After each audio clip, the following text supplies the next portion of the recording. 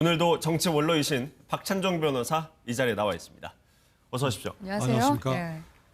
박 변호사님, 오늘도 특검 이야기부터 시작을 해볼까 하는데요. 변호사님께서도 여러 번 우리 방송에서도 지적을 해주셨지만 예견대로 삼성전자의 이재용 부회장이 구속이 됐습니다. 어떻게 보셨습니까?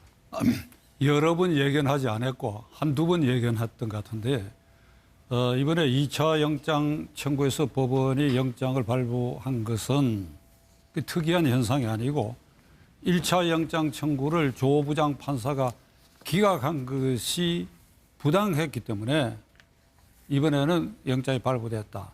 왜 부당했다고 제가 말씀드리는가 하면 형사소송법상 이 검사, 이 경우는 특검이죠. 검사 또는 사법경찰관리가 어떤 특정인에 대한 피의 사실을 조사하는 과정에서 주거가 일정치 않거나 그다음에 더 중요한 것은 증거인멸의 우려가 있다.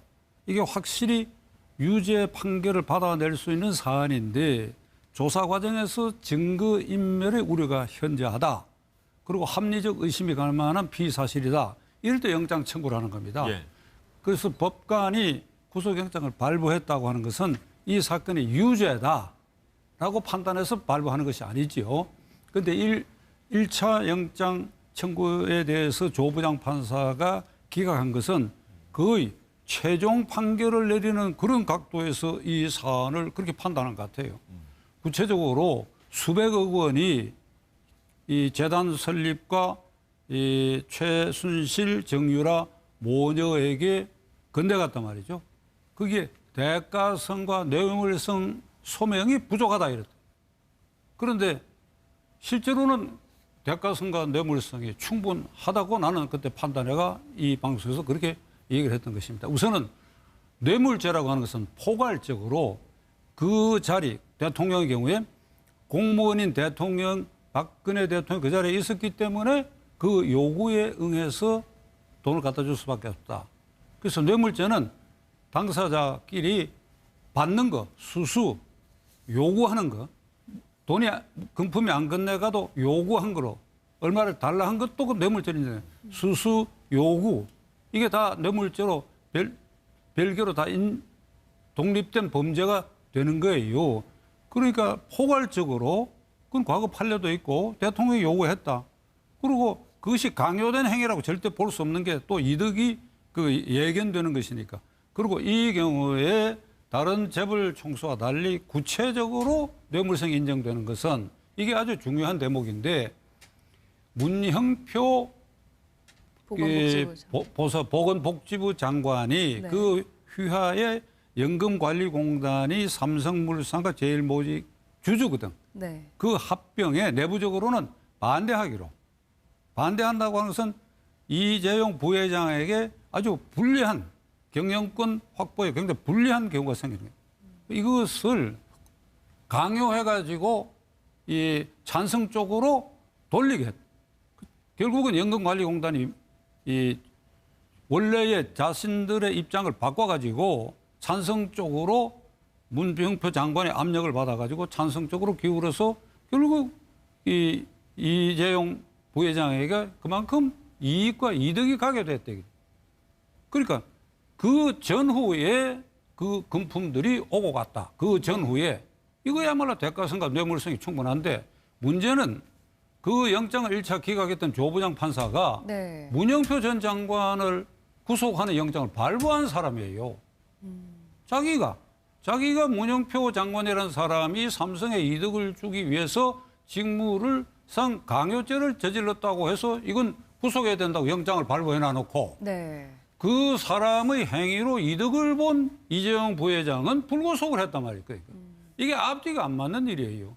그러니까 2차 영장은 다른 판사가 심리를 해서 1차 기각이 부당한 것을 바로 세웠다는 효과가 있고 예. 그다음에 시청자들이 꼭 드리고 싶은 말이 하나 있는데 1차 기각할 때에 뭐 뇌물성 대가성이 애매하다는 그거 외에 피의자 이재용의 주거 환경을 고려했다.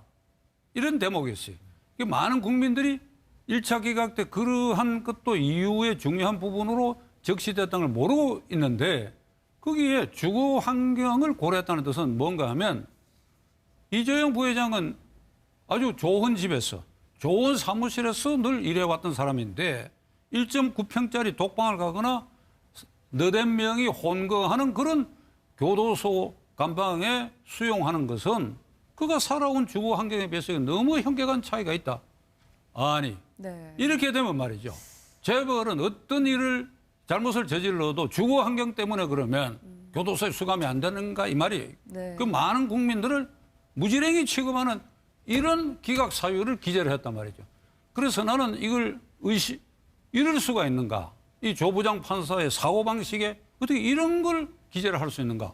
차라리 삼성 우리나라 최대 기업이고 글로벌 기업이고 총수가 공백이 되면 경영 혼란이 있고 국가적으로 이익이 되니 삼성이니까 기각했다 차라리 그렇게 써야지. 네. 그러니까 이번에 2차 영장 청구에서는 이 모든 것을 바로잡았고 그 구속은 불가피하다라고 하는 저 생각에 그건 일치하는 영장 발부라고 저는 생각합니다. 네.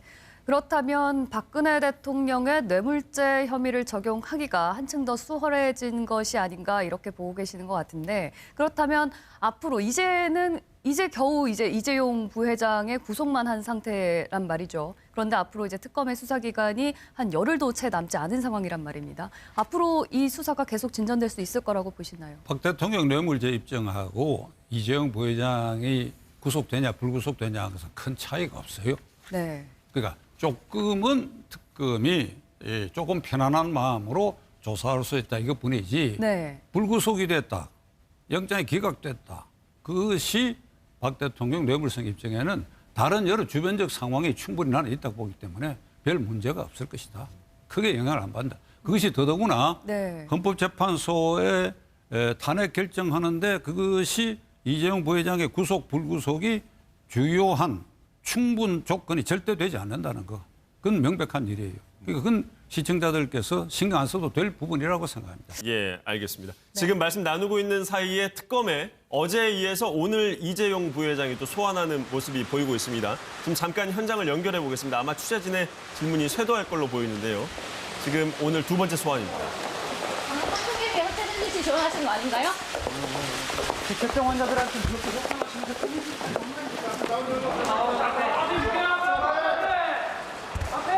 네.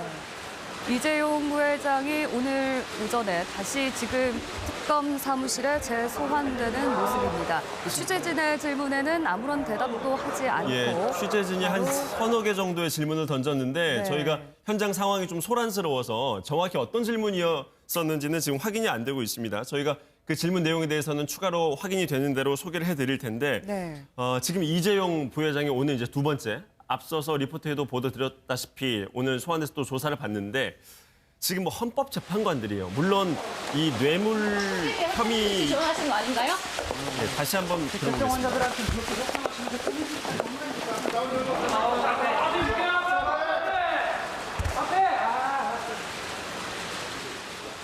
지금 헌법재판관들 같은 경우는 뇌물죄는 사실 탄핵의 본질적인 부분은 아니지 않습니까? 어떻게 보면 그 주변부에 속해 있는 혐의인데 어찌됐건 뇌물을 준 사람이 구속이 됐단 말이에요. 재판관들의 심리, 판단에 영향을 미칠 수 있을까요? 글쎄 뭐 다소 영향을 줄는지 모르겠습니다. 그러나 지금 말씀하신 것처럼 그게 이번 탄핵 심판의 주된 요소가 아니거든. 삼성 이재용 부회장이 구속되느냐 안 되느냐, 유죄냐 무죄냐 이것이 이번 탄핵 심판의 가장 핵심적인 요소가 아니기 때문에 별 영향 없을 생각하고 이재용 부회장이 1차로 기각되고 두 번째 이제 영장 발부된 것과 관계해서 제가 이 영장 전담 판사가 한 사람이에요. 지금 현재 예. 한 사람인데 먼저 번은도 그렇고 이번도 그 한 사람의 법관 40대 중반 또는 40대 중반의 재판장 판사 한 사람의 손에 어떻게 보면 전 세계의 글로벌 기업 총수의 구속 여부가 거기에 그 한 사람의 판단에 신경이 다 몰려 있고 국내적으로도 그 한 사람의 판단에 의해서 구속이 되면 삼성의 경영권이 위태로워진다. 이럴 수 있느냐? 아니다. 법의 정의를 세워야 된다 해서 그 한 사람의 판단에 어떻게 보면 말이지 삼성의 운명 나라의 경제가까지 이게 걸려 있는 듯이 되어 있는 거. 이건 예. 대단히 잘못됐다. 이거죠. 그래서 저는 양승태 대법원장과 대법관 여러분들에게 대법원 규칙 개정하시오.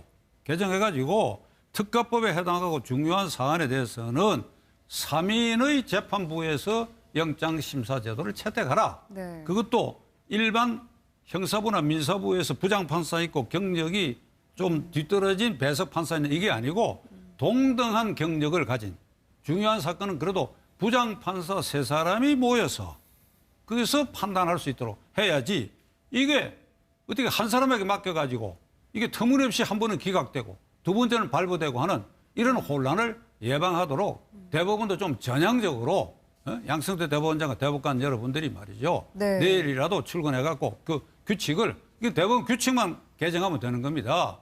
간단하게 개정해서 앞으로 그렇게 시행하십시오. 이 보기에 딱 하고 국민들도 불안하다 이거예요.